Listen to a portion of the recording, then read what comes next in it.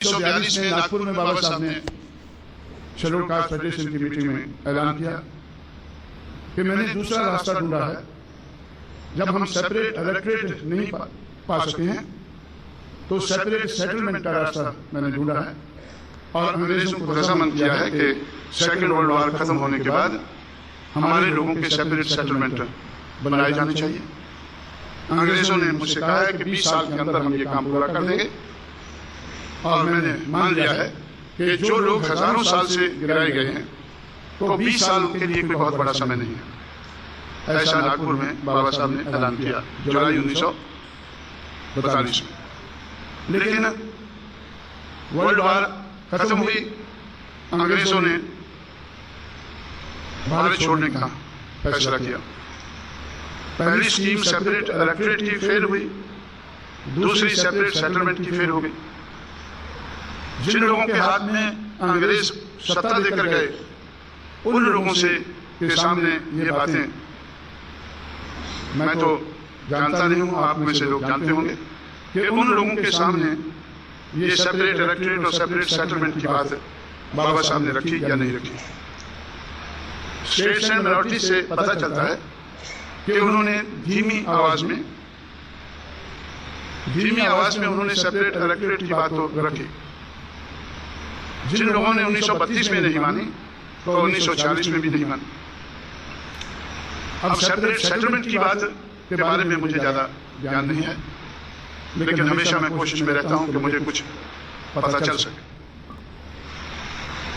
और आजकल मैं बहुत तेजी से कोशिश कर रहा हूं कि मुझे कुछ पता चल सके कि बाबा साहब क्या सोचते थे सेपरेट सेटलमेंट के बारे में। आजकल मैं क्यों सोचता हूं ज्यादा कि बाबा साहब जिंदा नहीं रहे, लेकिन जो लोग देहातों में दुखी थे, जिनकी जरूरत थी सेपरेट सेटलमेंट की, उन्होंने वो जरूरत अपने आप पूरी की। कैसे? देहात छोड़कर वो शहरों में आ बसे। इस हालत में गंदे नालों के किनारे, रेल की पटरी के किनारे, सड़कों के किनारे, ऐसी ऊंची नीची जगह जहां लोग रहना पसंद नहीं करते, वहां वो देहात छोड़कर सेटल हो गए। इसलिए आज गवर्नमेंट के आंकड़ों से पता चलता है कि ऐसे 15 करोड़ लोग हैं। अंग्रेज जाने के बाद आज तक ऐसे 15 करोड़ लोग हैं जो देहात छोड़ने पर मजबूर हुए और शहरों के झोंपड़ों में सेटल होने पर मजबूर हुए। तो सेपरेट सेटलमेंट तो हुए, लेकिन किस हालत में हुए वो भी सोचने वाली बात है। वो भी एक समस्या खड़ी हुई है, उसका भी समाधान करने वाली बात है। इसलिए साथियों, तो हमारे बुजुर्गों के संघर्ष से सबक सीखकर मैंने एक सोच बनाई और उस सोच के आधार पर एक फार्मूला बनाया। उस फार्मूला का नाम है it is a multiple of three forces, multiple of three factors. वो फार्मूला क्या है? N into D into S is equal to change। हमारे बुजुर्गों के संघर्ष के कारण बदलाव आया है। हमारे बुजुर्गों के संघर्ष के कारण बदलाव आया है, लेकिन बाबा साहब अम्बेडकर के जाने के बाद वो बदलाव रुका है, संघर्ष रुका है और संघर्ष न होने के कारण वो बदलाव रुका है। अगर वो बदलाव हमें मंजिल तक उसको पहुंचाना है तो हमारे लिए बहुत जरूरी है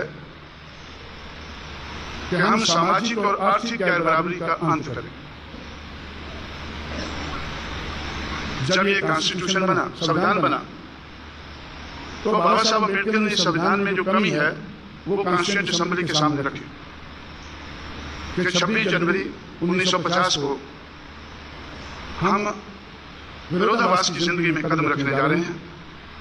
राजनीति में बराबरी होगी, एक आदमी का एक वोट होगा, एक वोट की एक कीमत होगी, लेकिन सामाजिक और आर्थिक दिशा में वो गैर बराबरी जो हजारों साल से ब्राह्मणिकल सोशल ऑर्डर के आधार पर चल रही है वो उसी तरह से चलती रहेगी। इस गैर बराबरी के चलते हुए, सामाजिक और आर्थिक गैर बराबरी के चलते हुए हम लोग राजनीति में आगे नहीं बढ़ पाएंगे। यही मैं महाराष्ट्र से देखकर सीखकर उत्तर भारत में गया कि ये लोग राजनीति में आगे क्यों नहीं बढ़ पा रहे हैं, क्योंकि जिस समाज को ये देश बनाकर चल रहे हैं वो समाज सामाजिक दृष्टि से और राजनीतिक दृष्टि से गिरा हुआ समाज है, गिराया हुआ समाज है। सामाजिक दिशा में, आर्थिक दिशा में गिरा हुआ रहने के कारण जो लीड कर रहे हैं इस मूवमेंट को, उनका काम मुश्किल है और उस मुश्किल को सामाजिक और आर्थिक दृष्टि से गिरा हुआ समाज समझ नहीं रहा।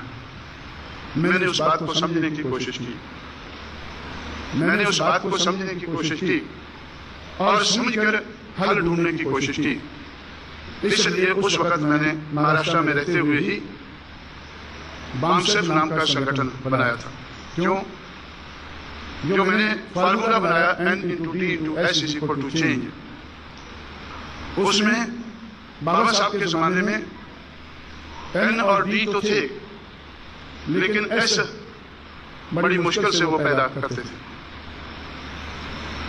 और अंग्रेज उनकी बात को सुनकर समझकर हमारे समाज को न्याय देने की कोशिश करते थे।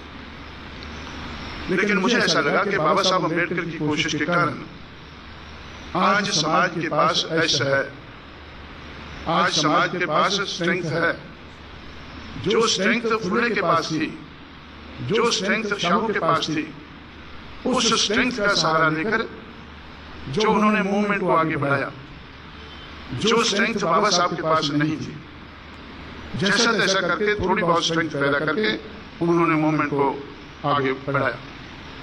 लेकिन बाबा साहब अम्बेडकर के संघर्ष के कारण, फुले शाहू अम्बेडकर के संघर्ष के कारण इस समाज में स्ट्रेंथ पैदा हुई है, इस समाज में स्ट्रेंथ पैदा हुई है, लेकिन बिखरी हुई है। अगर इस बिखरी हुई स्ट्रेंथ को इकट्ठा किया जाए तो N/T/S=चेंज, तो हम चेंज की तरफ बड़ी तेजी से आगे बढ़ सकते हैं। तो ब्राह्मणिकल सोशल ऑर्डर को मैं जेब में रखता हूं हमेशा, इस तरह से खड़ा है। तो इन लोगों के पास हमारे महापुरुषों के संघर्ष के कारण स्ट्रेंथ पैदा हुई, जिस स्ट्रेंथ को हम ऐसा वर्टिकल सोशल ऑर्डर को, तो अगर इस किस्म का ऑर्डर हमें चेंज ऑर्डर लाना है, परफेक्ट इक्वालिटी से परफेक्ट इक्वालिटी का ऑर्डर में लाना है, तो N/T/S must come into operation. N stands for need. इसीलिए जो बदलाव की जरूरत है वो सबसे ज्यादा इन लोगों को है, जो सबसे ज्यादा गिराए गए। इसलिए जब मैं बहुजन समाज बनाता हूं तो इधर से ऊपर को जाता हूं, इधर से नीचे से ऊपर को ग्रेजुअली हम जाते हैं। और जिनको ज्यादा जरूरत है चेंज की, वो लोग पहले रजामंद हो जाते हैं, उनमें पहले डिजायर पैदा हो जाती है चेंज के लिए। N/T, T for Dzire, N for need, D for Dzire. उनमें पहले डिजायर पैदा हो जाती है कि ऐसा तो ठीक नहीं है, हम गिरे रहे, ऐसी पोजीशन ठीक नहीं है, इसको बदलना चाहिए। तो इसलिए N/T तो बाबा साहब के जमाने में थे, लेकिन S वाज मिसिंग। और S जो है फुले शाहू अम्बेडकर के संघर्ष के कारण, खासकर बाबा साहब अम्बेडकर के 1930 से लेकर 1956 तक का जो संघर्ष है, उसके कारण स्ट्रेंथ पैदा हुई। ये स्ट्रेंथ कैसे पैदा हुई? जिन लोगों को हजारों साल से पढ़ना लिखना मना था, वो मनाही दूर हुई इन लोगों के संघर्ष के कारण। और पहले मनाही दूर हुई, फिर इनको पढ़ने लिखने का मौका मिलने लगा। और 1935 में जब शेड्यूल कास्ट और शेड्यूल ट्राइब दो शेड्यूल बने, जब दो शेड्यूल बने, उसमें इन लोगों के लिए, शेड्यूल कास्ट शेड्यूल ट्राइब के लिए स्पेशल कोशिश हुई अंग्रेजों के राज में इनकी गिरावट को दूर करने के लिए। 1935 के इंडिया एक्ट के बाद 1935 का जो संविधान बना, उस संविधान में दो शेड्यूल रखे गए और उनके आधार पर 1935 के बाद पढ़ाई लिखाई के मामले में इनके बारे में ज़्यादा सोचा गया, और आरक्षण के मामले में भी सोचा गया। इसलिए 1948 में पहला साल है जब अछूत कहे जाने लोगों में 4 व्यक्ति सेलेक्ट हुए, के.आर. नारायणन और एक चंडाल, केरला का पलाया और बंगाल का एक चंडाल। क्या नाम है भाई, मैं बार बार बोलता हूँ, भूल जाता हूँ, है आपको याद? चंडाल मौजूदार, बंगाल का चंडाल जिसका नाम मौजूदार है, आज भी जिंदा है, मेरे से कभी कभी मिलता रहता है, और के.आर. नारायणन जो आज राष्ट्रपति है। ये दोनों इंडियन फॉरेन सर्विस में सिलेक्ट हुए। पंजाब के 2 चमार, एक आईएएस में और एक आईपीएस में सिलेक्ट हुए 1948 में। उसके बाद 1949, 50, 60, 56, 1962 तक इनका नंबर बढ़ता गया। 1962 का पहला साल है जब 22.5% कोटा जो रिजर्वेशन का था वो पहली बार पूरा हुआ। 1962 के बाद आज तक वो कम नहीं हुआ है, ज्यादा ही होता रहा। इसलिए आज ब्राह्मण जो इस देश का हुक्मरान बना अंग्रेज जाने के बाद, उस हुक्मरान की का जो हुक्मरान लोग थे, उस जाति नहीं, ब्राह्मण को क्या बोलते हैं, 4 वर्ण, ब्राह्मण का जो वर्ण है, उस वर्ण के लोग तो बहुत ज्यादा तेजी से आगे बढ़े, लेकिन शेड्यूल कास्ट, शेड्यूल ट्राइब के लोग उनसे दूसरे नंबर पर आगे बढ़े। आज 30 लाख से ज्यादा पढ़े लिखे कर्मचारी हैं जिनको पढ़ने लिखने का मौका ही नहीं मिला, बल्कि जो बाबा साहब अम्बेडकर ने संविधान लिखा उसमें सहूलतें भी मिलने लगी। जो हैंडीकैप लोग थे वो प्रिविलेज्ड लोग हो गए संघर्ष के कारण। उस प्रिविलेज के कारण, चाहे वो प्रिविलेज पढ़ने लिखने का है या रिजर्वेशन का है, उसके कारण ये लोग 30 लाख से ज्यादा आज पढ़े लिखे कर्मचारी हैं और ब्राह्मण से दूसरे नंबर पर अधिकारी हैं। तो आज नहीं, आज से लगभग 20-25 साल पहले जब मैं पूना में था तो मुझे ऐसा लगा, उस वक्त ये लगभग 15 लाख इनकी संख्या होगी। उस वक्त मुझे लगा कि ये लोगों को हमारे बुजुर्गों के संघर्ष के कारण समाज में ऐश तो पैदा हुआ है, स्ट्रेंथ तो पैदा हुई है, लेकिन बिखरी हुई है। 15 लाख एजुकेटेड एम्प्लॉइज, ये पढ़े लिखे हैं, इसका मतलब इनका दिमाग है, इनके पास कुछ दिमाग है, इतना दिमाग है, कुछ समझने लायक बने हैं, और उनमें से कुछ टीचर भी बने हैं, समझाने लायक भी बने हैं। इनके पास दिमाग है। और मैं जब कभी दिल्ली जाता था तो दिल्ली में मुझे 2 डायरेक्टर मिलते थे जो प्लानिंग कमीशन में शेड्यूल कास्ट के थे, डायरेक्टर थे प्लानिंग कमीशन में। तो उनसे मैं मिलकर सोचता था, और सोचते सोचते मैं उनसे कहने लगा कि भाई आप लोगों के पास हुनर है, आप लोगों के पास बहुत डेटा है, बहुत हुनर है, और उस हुनर का इस्तेमाल करके आप देश के लिए प्लानिंग बनाते हैं।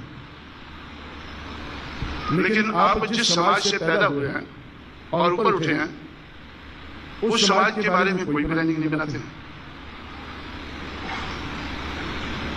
क्योंकि गवर्नमेंट आपको पैसा देती है, इसलिए आप एक नौकर की हैसियत से देश भर के लिए प्लानिंग बनाने लायक हैं। इसका मतलब आप मर्सनरी हैं, पैसा लेकर प्लानिंग बनाने लायक हैं। लेकिन अगर मिशनरी भावना पैदा हो जाए आप लोगों में, तो मिशनरी बनकर आप लोग अपने समाज के लिए भी बढ़िया प्लानिंग बना सकते हैं। वैसे भी मैंने सोचा कि अगर पढ़ लिख कर कोई कलेक्टर बनता है तो इसका मतलब उसमें हुनर है एक जिले को संभालने के लिए। अगर कोई एसएसपी बनता है तो जिला भर में उसके पास हुनर है कि कैसे लॉ एंड ऑर्डर मेंटेन करना है, या कोई इंजीनियर है उसके पास उस किस्म का हुनर है, कोई डॉक्टर है उस किस्म का है, लीडर है उस किस्म का है। इसलिए हमारे समाज में दिमाग, हुनर और इन सब लोगों को रेगुलर तनख्वाह मिलती है। इसका मतलब पैसा भी है इनके पास। दिमाग, हुनर और पैसा, अगर ये बिखरा हुआ दिमाग, हुनर और पैसा अगर इकट्ठा किया जाए तो इस समाज की राजनीति कामयाब हो सकती है। इस समाज की राजनीति कामयाब हो सकती है। मैंने पहले कहा था कि जिस समाज की गैर राजनीति जड़ें मजबूत नहीं होती, उस समाज की राजनीति कामयाब नहीं होती। नहीं हो सकती है।